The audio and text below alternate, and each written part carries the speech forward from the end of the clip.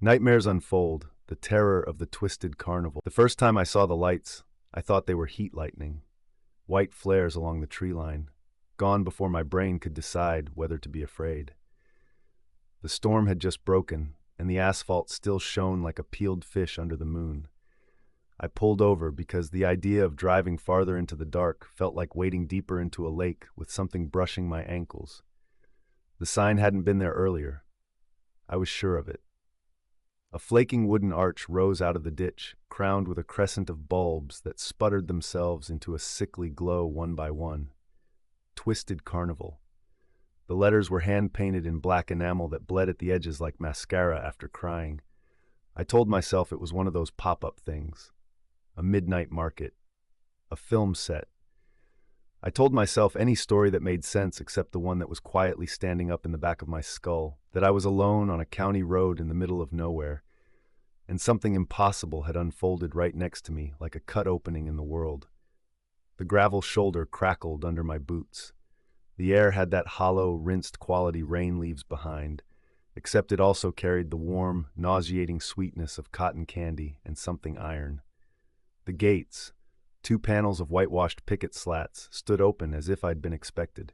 The only sound was the slow drip of water off the trees, and under that, faint as an afterthought, calliope music turning the same 8 notes the wrong way around. "Hello," I called, because that's what you do when you want to pretend you're not already stepping forward. "Anyone there?" No answer, but a string of bulbs winked on along the path, leading inward like breadcrumbs. I could have turned around. That matters. I could have closed the car door and driven, repeating, "Nope, nope, nope," like a mantra, until the sign was just a rumor in my rearview mirror.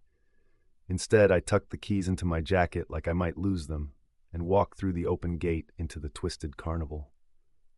The gravel path became boardwalk planks that flexed under my weight with soft, damp pops, as if the wood had been soaking for a long time. On either side, I saw stalls under drooping striped awnings, ring toss, milk bottle pyramids, a shooting gallery that smelled faintly of oil and burnt paper. The prizes were hung too neatly, too symmetrically. Rows of stuffed bears with glassy black eyes and smiles embroidered wrong, their mouths a little too wide, a little too amused. When the calliope shifted keys, an electric shiver slid over my skin. It wasn't cold exactly. It felt more like someone else had just exhaled behind my ear. "Staff?"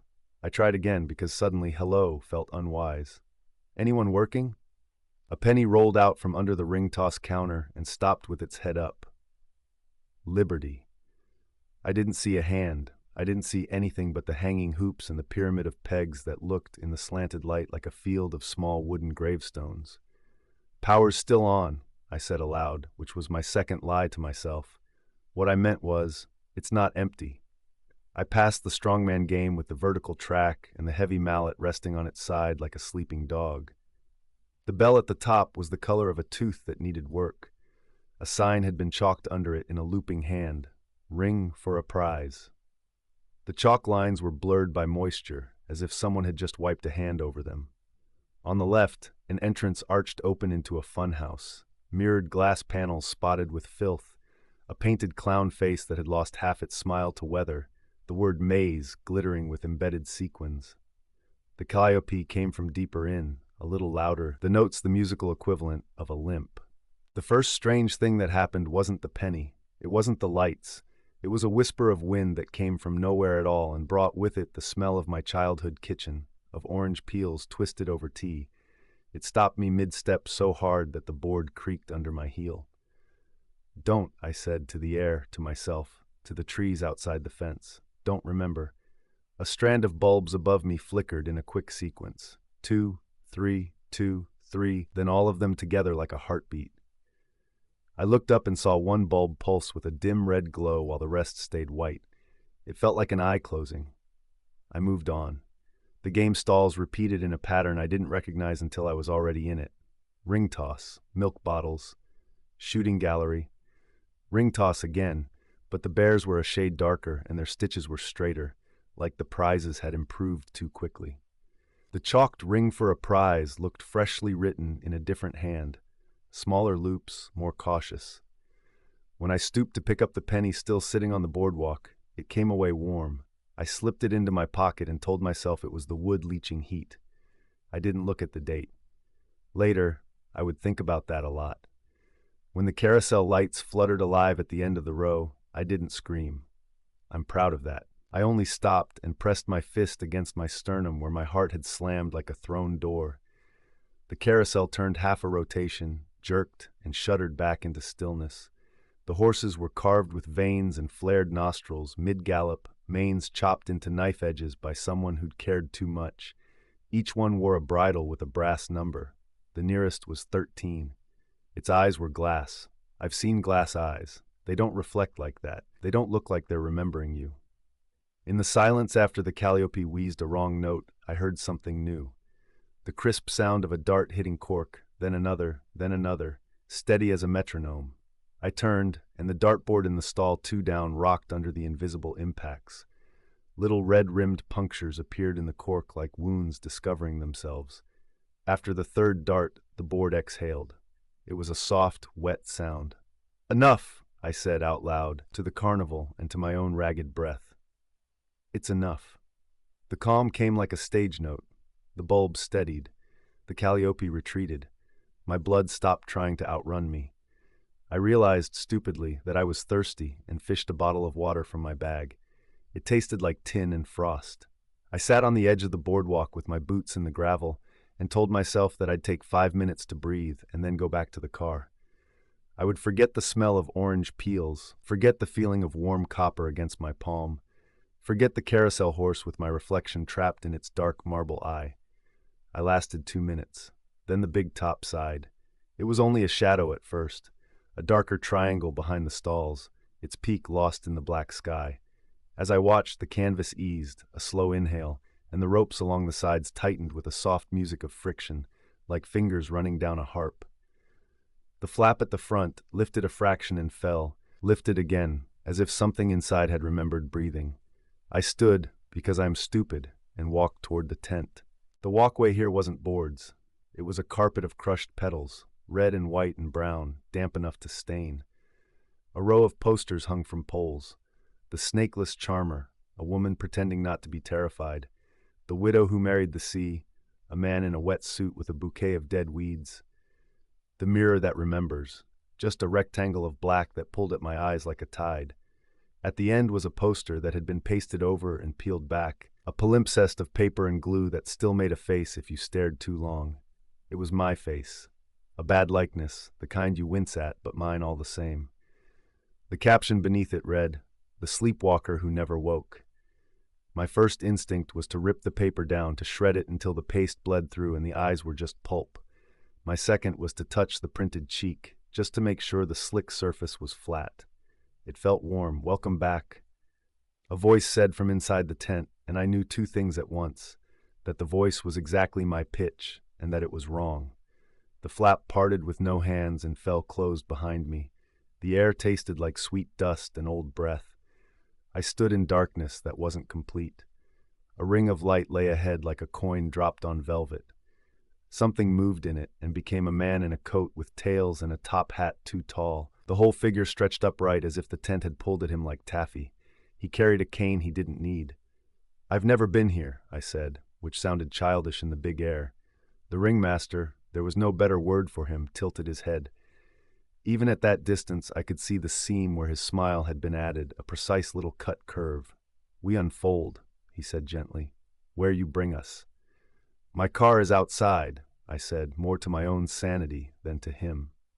I reached for my phone and saw, as if it had been waiting to show me, that I had no signal and the time read 00.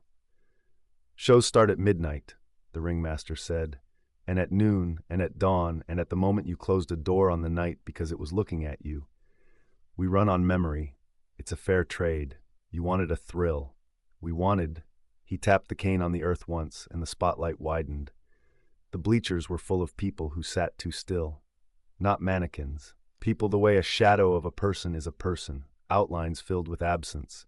If you looked hard enough, the absence looked back. "An audience," he finished, smiling, and I felt my name leave me like steam. "Who are they?" I asked, because I couldn't help it. "Who were they?" he corrected. "Who are you?" "My name is—" I started and stopped.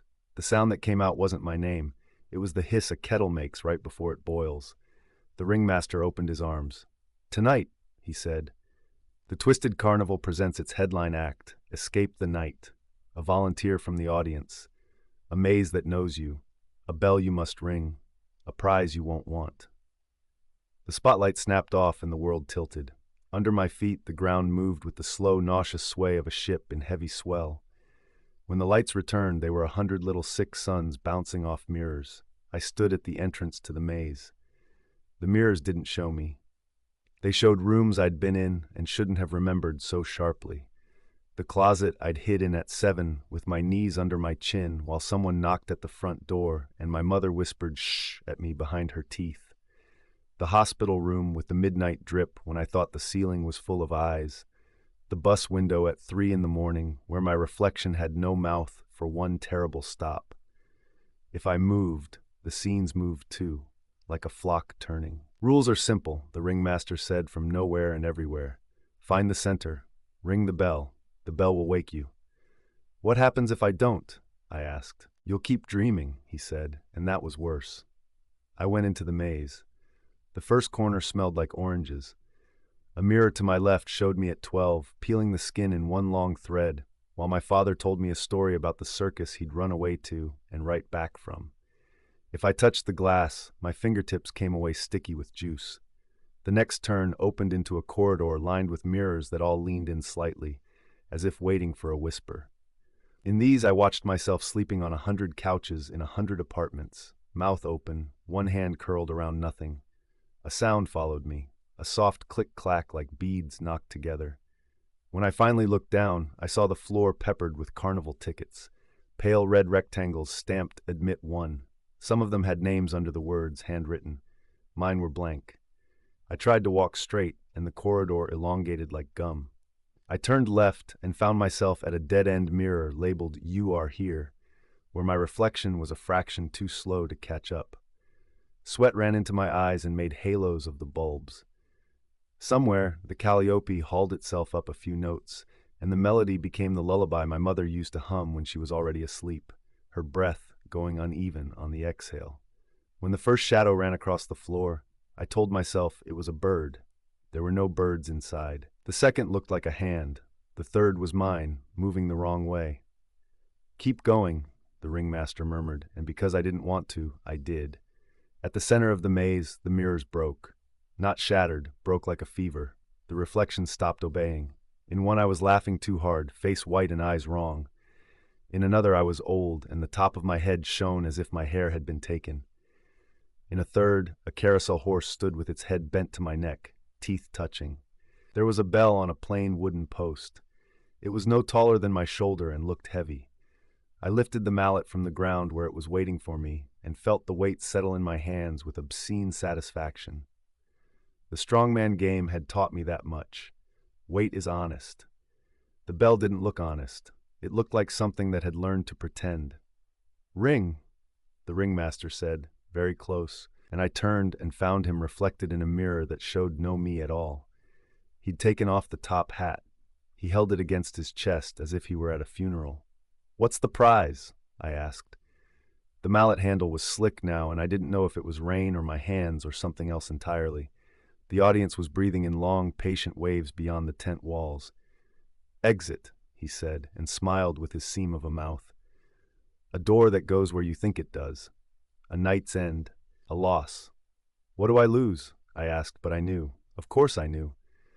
"Something you brought us," he said. "Something we can use, something sweet." He breathed in, and the air moved against my cheek as if something huge had turned over. The smell of oranges was so strong I tasted bitterness. I lifted the mallet. I brought it down. The sound didn't ring. It hit wet. The bell dented like fruit. The calliope screamed and then became terribly quiet, as if someone had squeezed the air out of it in a long hug. The tent went dark. Somewhere, far away and near, the audience began to clap, once, twice, rhythm trying to find itself. The blackness lifted like a blind. I was outside the tent with the flap at my back. The boardwalk was dewed with little pearls of moisture. The bears in the ring-toss stall smiled their too wide smiles. The carousel horses stood with their numbers painted on. The strongman game waited. chalk letters smudged to ghostwriting. The poster with my face on it hung limp and empty. Under the empty, someone had written in a hurried hand, "Closed for winter." It would have been a happy ending if not for the coin in my pocket. I took it out because my fingers wouldn't stop closing around it by themselves. I took it out because I wanted to see the date. It lay in my palm, warm as a picked apple. The metal had been rubbed thinner by 1,000 wishes. On the front, Lady Liberty's profile had the same seam smile as the ringmaster. On the back, where there should have been a wreath, there was a carousel horse with its head bent to kiss the rim, and around the edge, "Admit one." There was a name stamped under the letters. Not mine. Her name. I didn't drop the coin. I couldn't. It had weight. It was honest. But the second I read her name, the memory it belonged to stood up and stepped backward into a dark. A flurry of useless details remained. The color of a sweater, a road that always smelled like lilacs in summer, a laugh that cracked on the first breath, but the shape of her face was gone, and the sense of being known to the bone went with it. I chased it, hands out, and caught only air. The calliope started again, very softly, like someone practicing in another house. "Prize," the ringmaster said from nowhere, gentle as apology. I walked to the gate because there was nothing else to do. The bulbs followed me. The sign over the arch stayed mostly dark. As I stepped through, the air changed. The rain-washed night rushed back in, crickets sawing their tiny violins, a truck grumbling somewhere on the highway. My car loomed where I'd left it, a dark shape made of familiar edges.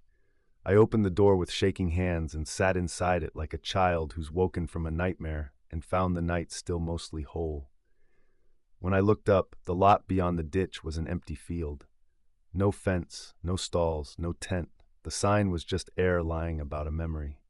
I put the coin in the glove box because I was too afraid to keep it and too afraid to let it go, and because I could no longer remember the person who would have told me which fear to choose. The glove box shut on the little sound a bell makes when it gives up.